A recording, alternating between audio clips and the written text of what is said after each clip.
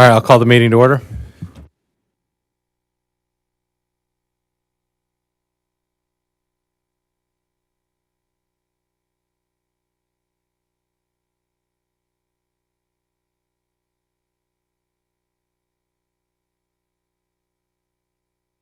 Okay, the meeting has been posted according to open meeting laws. Roll call.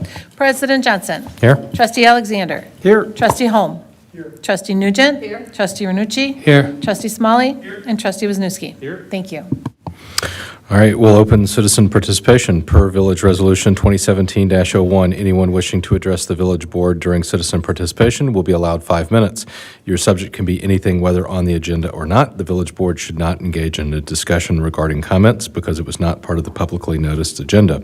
Upon conclusion of this citizen participation segment, members of the audience are not allowed further comment unless they're participating in a public hearing or if specifically allowed by majority vote of the village board due to involvement in an agenda item. And with the packed crowd that we have here this evening, would anyone care to speak? Going once? Going twice? Okay, we will close citizen participation. Move on to consent agenda. One motion and a second will approve all the following items. Any item may be pulled from the list and voted on separately, and there is a correction to the minutes. Item 6. The correction should read that the amount was for $12,180. So whoever makes the motion, please include the correction. So I'll move to approve the consent agenda, given the correction that was just stated. I'll second it. Okay, all those in favor? Aye. Opposed? Motion carries. All right. Miscellaneous business. Item 1, Chamber Cycling Classic follow-up items from May 1st, 2023 meeting. Vanessa and Jason? You want me to go first, or Vanessa? You want highlights? Oh, okay. Upgrade, nice. So we had a meeting May 9th, I think it was. Sorry, time is really crazy this month. It was Wednesday after the board meeting, and we had a couple of people there, a couple of residents. Jason was there, Matt stopped in, we had some Toad people. We kind of went through the list that you guys had talked about, as well as some of the things the residents brought up. I think it was really productive. Toad followed up with an email on their part, so I can touch on any of those things.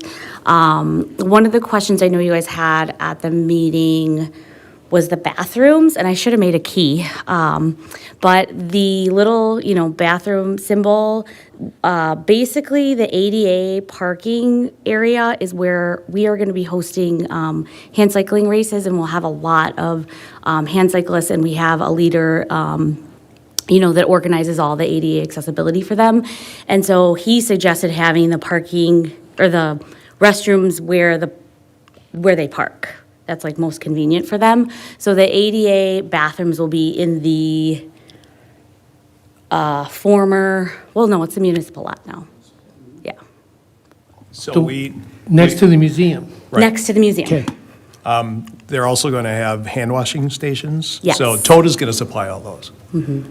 We also chatted about putting a handicap porta potty by the village bathrooms. Yes, on the square. Did you look into that? Is that a Yeah, possibility? that's something that we can add if that's something that you guys think we need. One of the other things we're gonna do is have I think in the packet I had a map that kind of promotes the day, but we're gonna send that out to the riders, but also kind of a list of things for them. So don't ride on the sidewalks. This is where you park. Don't park in the resident. Just reminding them of all the stuff because they get different packets each day. So this they'll get the night before the event, they'll get their rundown for East Troy. And so we're going to include spots that are we're not going to say bathroom friendly, but spots where they don't mind them using the bathrooms, like the cafe and the brewery. They want people in there a lot. So we're going to include that as well. And So, yeah. real quick, I don't want to beat it up, but the ADA bathrooms that they're going to supply, they made it sound more as if that's going to be for the racers, because that's going to be the ADA lot. So it will be in the ADA lot, but we So I- do have, like the brewery is ADA accessible, the cafe is ADA accessible. But I mean, we can add another ADA. I think it's important just because a lot of the people that are going to be at the race, they're going to use those bathrooms. And they're not going to go all the way over to the ADA because there's going to be racers over there. So they're going to think that that's exclusive for the racers. So I think it's important that, Yeah, and we do also have bathrooms over in the registration, and the public and the racers use that. It's just if you have a choice of going in the beautiful brewery bathroom or a porta potty, you're probably going to pick the brewery. Well, But- as long as some of these people aren't picking some of the regular retailers though, like. Right, and we had that's something heard that from. we are trying to do, is so they are using the places that want the traffic and not, the places that are smaller and they don't want. yeah, on one of the flyers, Eileen, if you can scroll down. Yeah, so that one, we're gonna add like bathrooms. Bathroom friendly. I don't really want to say I have to figure out how I'm gonna word it. I don't want to make it seem like people aren't friendly by saying. Available. Yeah, public restrooms available. For the ones that want that, because a lot of them do. Because, So there was also concerns about the car honking. And Yep, so, and they were putting a complete moratorium on the honking on Union Street, and then in the residential, and then, unless it's for safety. So like if something happens and they need to honk to, Bill gave a couple examples of why they would need that. And then more in just the commercial area. and generally, when they go around corners, they will give some honks, just to let everybody know they Yeah, are coming around the corner. The So- corners are the main sort of way, so they know they're coming and they don't end up hitting anybody. And then back into Main Street where the start and finish line is. Yeah, and it kind of gives the crosswalkers, the people monitoring the pedestrian crosswalks a heads up. We also have flags, so it's a visual and a, but yeah, they said they would really, make sure, especially in that residential area where there was some issues.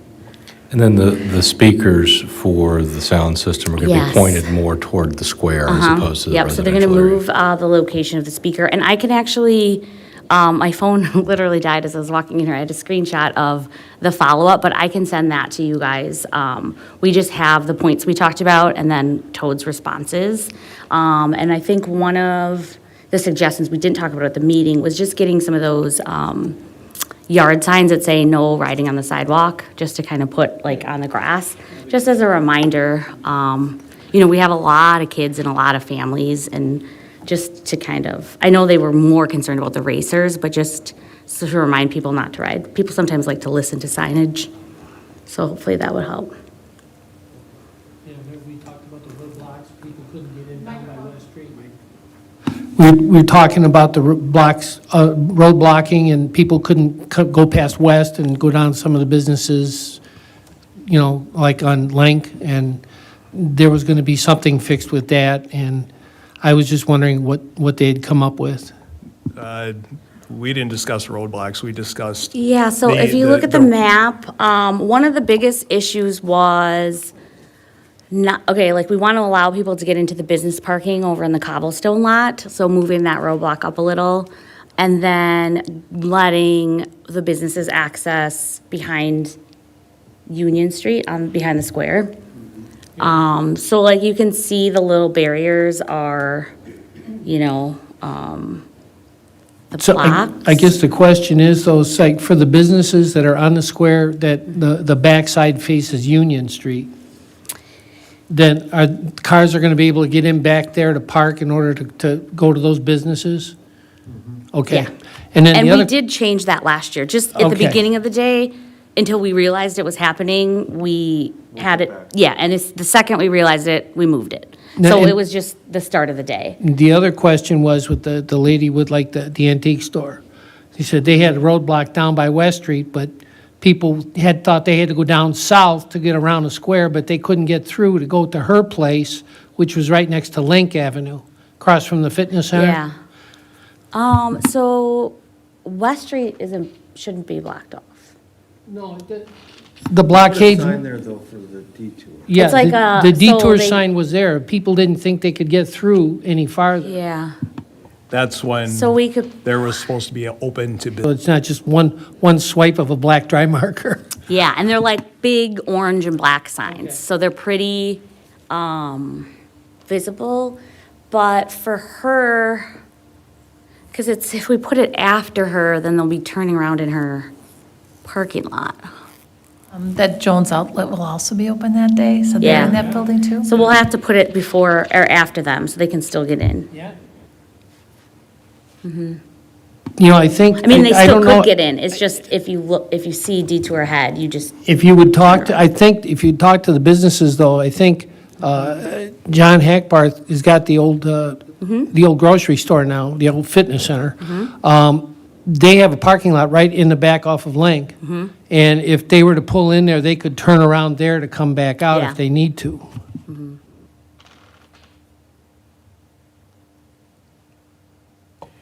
We also talked about accessibility. So we talked about the flyer and updating that flyer with who that contact point is, Yep. because that phone number is on there, and also adding that phone number yes, for. oh, yes, that's important. So Yeah. on the flyer that the residents are gonna get, it's in your packet, there's gonna be an update, so it will include, where is it? It's the, It was the map with the or the Yeah. the flyer with the circles. It's up further. sorry, I think it's the first one.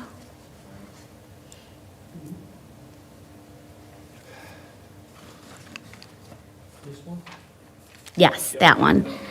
So basically, right now, it just lists the chamber phone, and we do have like a person that's gonna be just monitoring that all day, like that's their job. But, and then they know, they have a list of like who to contact for specific things. But we're also going to say, like, see how you see 642-3770, that's the chamber number. We're gonna say, local contact East Troy Chamber, and then we're gonna say Tour of America's Dairyland contact, so then they can contact somebody on the race. So if for some reason they say they can't get to us, then they can call the tour person. And then all the people have like the list of like, whatever the issue is, there's like a list of who they contact. Are you using this, you're using the same phone number for the golf cart too? Yep, And you have one golf cart? we have one golf cart. Okay. And it was not like overly, it was fine for the last 10 years, so we should be fine with one. And then the last concern that we addressed was the parking lots, so the residential parking lots, and making sure that there was a representative there to make sure general public wasn't parking in a residential parking lot. Yeah, so Jason suggested having a volunteer at the resident lot, so they're kind of just monitoring. And then one of the residents actually suggested mailing out like parking, resident parking. So they'll each get 2 like resident parking passes. And then they can put those in their car, so then the person parking will see their pass and know that they're a resident. And there is, so if you see in the former Chester Burns lot, that map's little, but the other map's a little bit bigger. There's a resident parking area, and there'll be an event parking area, and it'll be obvious, marked which is which. But there's a lot of room in that lot. The representatives from Toad also addressed the riding on the sidewalks. They're going to have multiple conversations with the racers. They're going to make sure they understand that it is against the law, there is ordinances, that there is potential fines, that they could be assessed if they are caught riding on the sidewalk. So they're going to continue to address that with the racers up till race day. Yeah, and the new thing was the yard sign saying no riding on sidewalks, which I thought was great. All right, any other questions for Jason or Vanessa? Thanks for doing the update. Glad you're Yeah. feeling better. Thanks Yeah, for doing the sorry. event at the brewery. Thanks for continuing to communicate to our residents and the changes, and I know we've got, a few weeks here until the race, so. A month. Yep, all right. Thank you. I would really appreciate, after the race, coming back and giving us an update. Yeah, and I think that was something that was on the list of requirements too, was a post-event report. Thank you. I also asked Bill and Tom if they'd be available for that, and they said they would be. So the Toad promoters. All right, moving on. Item 2, consider request from Burlington Mayor Hefty regarding support of Class B liquor licensing change. There's a memo in your packet from Lori. This is something that the mayor of Burlington was, I guess, looking for support, and I asked Lori to contact some of our surrounding communities to get their thoughts on it. And so, Lori, anything you want to highlight in your memo? I did contact several other clerks, and most of them felt that this letter had gone to administration. It hadn't been shared with them, but it also had not gone to their board, so there was no action taken on it. So I did touch base again with the city of Burlington, though, because they did send this request out to Racine County communities as well, and they have received some responses. And she was very happy to hear that you guys were at least considering it.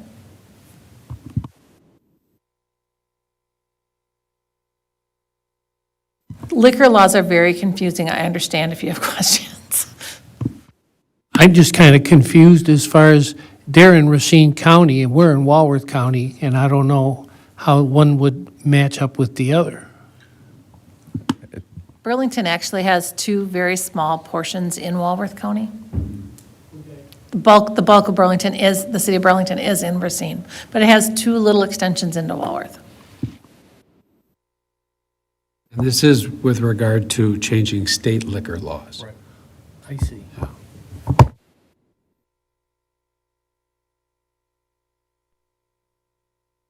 And I think, I don't see what's wrong with the idea at all. I think it makes sense that if a community needs more licenses, they're really kind of stuck. And if they can get that from another community to be able to fulfill a need that they really have, I don't see the problem with it.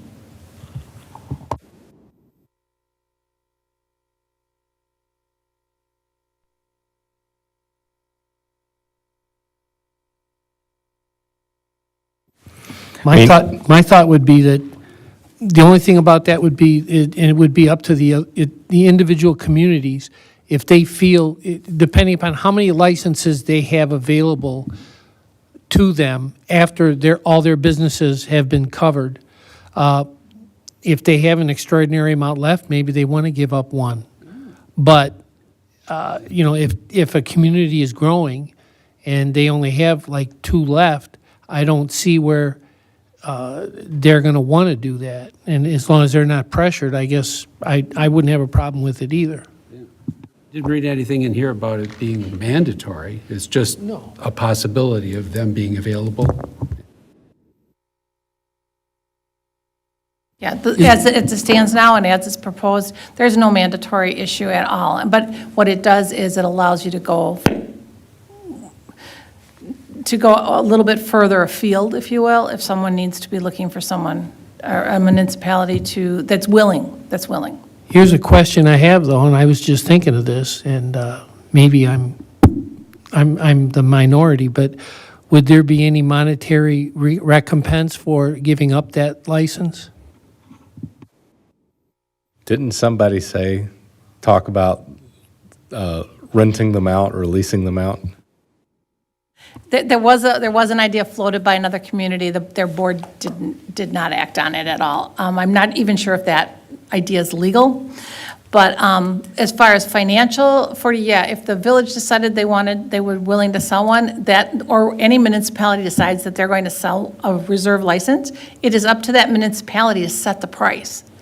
So the $10,000 is a minimum, but you don't get it back. I understand, but I guess what I'm saying is then the state or somebody isn't going to tell that if you give it up, you're only going to be able to get this much. No, the state tells you that you must charge a minimum of $10,000. It is not refundable, but you will not get a license back. Right. Yeah. Unless your population grows to the next size. So you couldn't put we couldn't put a time limit. Unless they give it back to you, right? No, you have to buy Unless it you buy it back. back.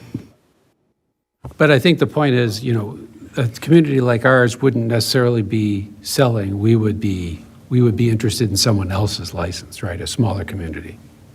Yeah, one of the towns. Like I say, I don't see anything wrong with the idea. I think it's a great idea, actually. So do you want a motion? I think direction from the board would be good. If you'd like, we can sign her petition on behalf of the board, and then we can draft a resolution to bring back in support of the legislation. We actually represent Burlington as well, so I'm trying to kind of lay low here. I don't want to influence it. It's a classic policy call for the board. I mean, whether you guys think there's value in it or not, either in practice or even in the abstract, that's kind of the call for the board. All right. We'll direct staff to accept the petition. Send it back to Burlington. All right. Thank you very much. Item 3, consider multi-factor authentication project to be taken from reserves for future IT projects. Next 2 topics, favorite stuff. And you thought that I only loved budgets. All right, so Eileen's got a memo here. First, does everybody, 40 probably doesn't. Everybody know what multi-factor authentication is? What? Won't affect you, 40. You use pen and paper. Say it slowly, so Multi-factor authentication, something you know and something you have. So if this.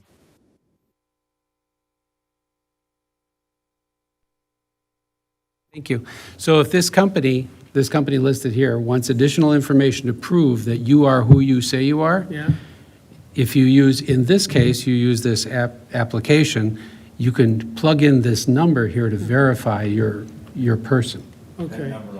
Yeah, but the number will change like typically in 60 seconds or so, or 15 seconds or so. So it's always different, and it syncs up in the cloud, blah, blah, That's, blah. yep, that's, It's magic. sounds perfectly normal to me. So this is becoming a common request from cybersecurity insurance providers. So there is a cost, there is an effort, it is going to impact everyone. So I guess questions for Eileen on her memo? Typically, the fobs aren't too expensive, correct? If someone needs a fob as opposed to an app on their phone? Correct, the fobs will be $20 each, and I don't anticipate we're going to need many because I think most people are going to look at it as a matter of convenience because they're going to have this with them anytime they log in, so. But if somebody does not feel comfortable using their personal phone, if they don't have a village-issued phone, they do have that as an option. And this is going to be even for email, correct? Yes, so it will affect the board members for their email as well. When discussing with staff, a lot of the officers already have to use multi-factor for a lot of their systems, a lot of Jason's DPW team, and then you all are already using it for a few things as well, right? So That's correct. from a staff impact, it's probably more of an impact to us, and so I think there's be a slow rollout, and I guess you and I, John, will probably be guinea pigs here. This is fine, and then we'll, walk everybody else through, so. Is it Fortinet? No, we're using Dual. Dual, okay. So we need a motion, because we got to spend some money here.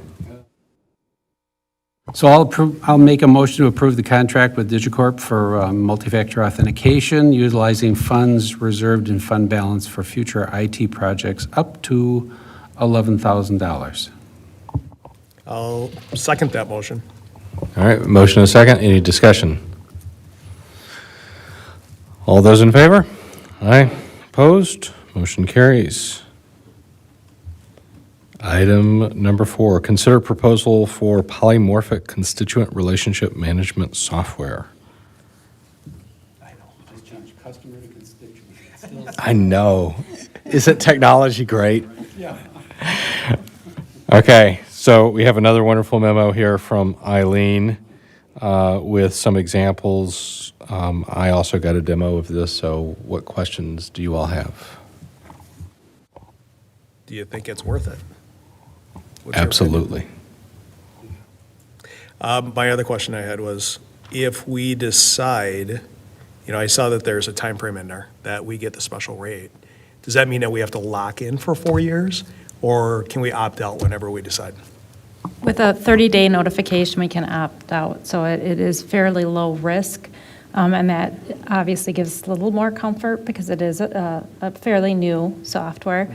So with a 30-day notice, we get out, and our rate for that year is prorated. And we also have, it's our data, so we will be allowed to extract it and dump it to, if we're going somewhere else, or just keep it. Yeah. So I guess just for the packed crowd we have here, and the people at home, what this is it's in essence a way for us to better track our interactions with constituents. So if you call and you talk to somebody, and then you call again and you talk to somebody else, we're able to get, we have ticketing, we're able to give you consistent answers back. Also, as we put things like parking passes, or let's say you have an event permit, you'd be able to see the steps, very similar to what we do with the zoning hub. When you're making zoning applications, you kind of see the status of as it's working through the process. One of the really nice things that, when talking with staff, there's a lot of internal processes that we can use with this. And then Jason, I know he's not here tonight, but there's really neat features for selecting a geographic area, and then you could send out an email to all the records you have within by just drawing a map, so I can draw this for the bike race or something else that we have, road construction. So those are all great things. And then the other thing we've talked about with staff is to move us more toward data-driven, more statistics, and so that their update reports are not narrative-driven, that they're giving us more just statistics and metrics and things like that, and then talking to that, and they're not wasting their time writing memos to the board. So I think, and the other thing was, it was not very technical to set up like a workflow. It was, point and click. It's no code type stuff. So you don't need to be Eileen. Eileen's not going to have to do every one of these. I heard our packets are going to be shorter then? I make no claims to that. There are no metrics on If it's more analytic packet. than narrative? I'm not sure where you heard that.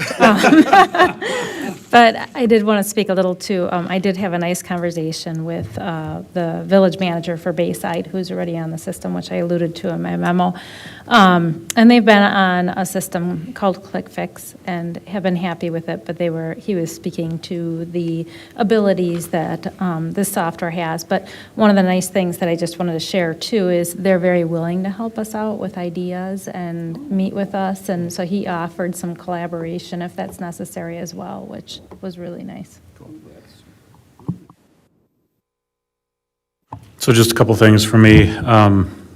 It's a newer company, so I'm a little concerned. They only have, 22 subscribers, and they only been around 3 years. So that's kind of concerned me. The other thing is, did we go out to bid with any other companies, or was it just this company? Given the price amount, we didn't go out to bid, and I had the same concern as you. ClickFix, they got bought, though, by somebody. That was the reason why Bayside's moving off of them, right?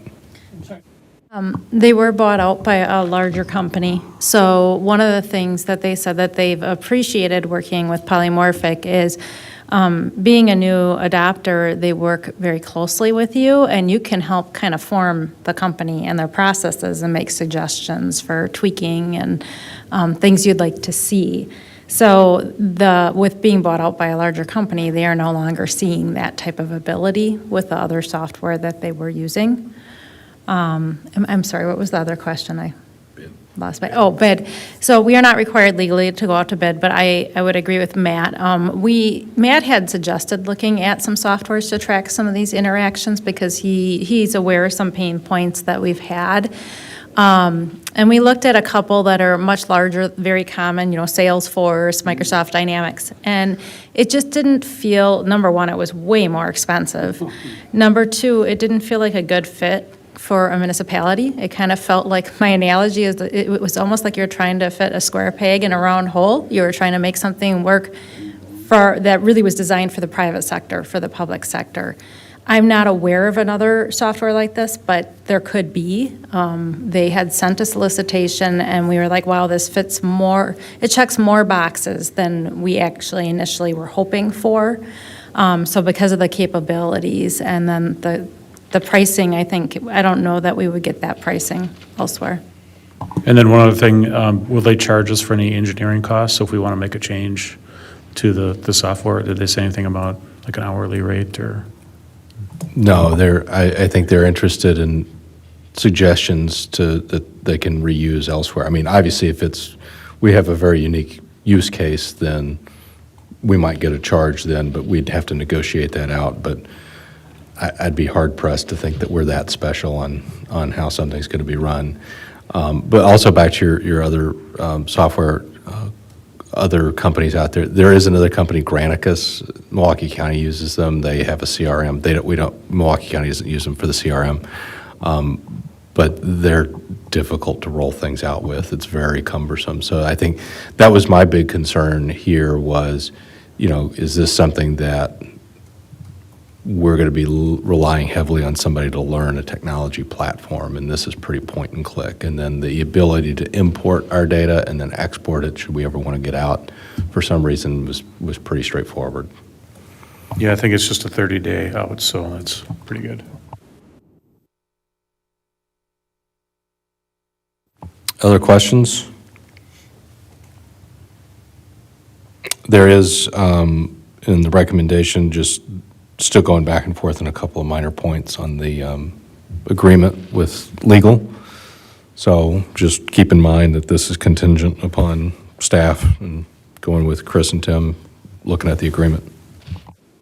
Do you need a motion for this? Okay, well, then I would move to authorize staff to move forward implementing polymorphic software contingent upon staff and the attorney's approval of the master subscription agreement. I will second that. Okay, any other discussion? All those in favor? Aye. Opposed? Motion carries. All right, on to reports. Airport Advisory Committee minutes from April. This will be the last time you can ask me questions about this. Otherwise, you may address Mr. Holm.